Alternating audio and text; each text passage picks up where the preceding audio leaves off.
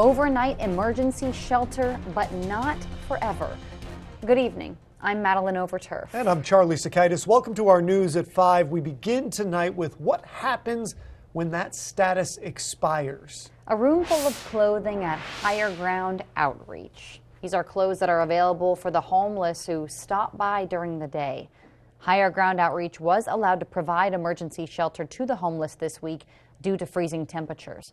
But as Zakia Jennings shows us, as that emergency status comes to an end, the question remains, what is next? Lou Hernandez is working on his computer doing intake for the homeless people staying at Higher Ground Outreach.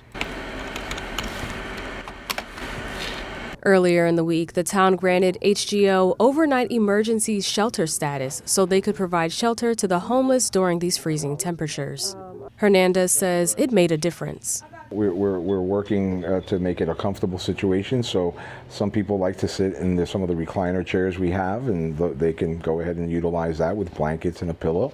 Others have been given blankets, pillows, and sleeping bags, so they kind of find their spot. So they've been comfortable. Hernandez says 12 to 13 people are able to stay in this living room on the couch, in the reclining chairs, or on the floor in sleeping bags. But once the emergency status ends on Friday at 4 p.m., people will be left searching for shelter again. Jean Dvornik, Georgetown's town manager, says the number one thing is the protection of the unhoused and taking care of each other when it gets this cold. But if HGO wants to do this again, the town will have to weigh in. It would be done on a case-by-case basis with the ability to be an emergency overnight shelter. Hernandez is hopeful that in the future, Higher Ground Outreach and the town can have an emergency plan in place ahead of time to make it easier to help the homeless when severe weather hits. The town manager told Coast TV that the discussion of an emergency plan could be something the town looks into, and he would look to the local nonprofits for help to create something like that. In Georgetown, I'm Zakia Jennings, Coast TV News. Higher Ground Outreach accepts donations from the community on a weekly basis. People can drop off clothing, coats, shoes, also warm meals.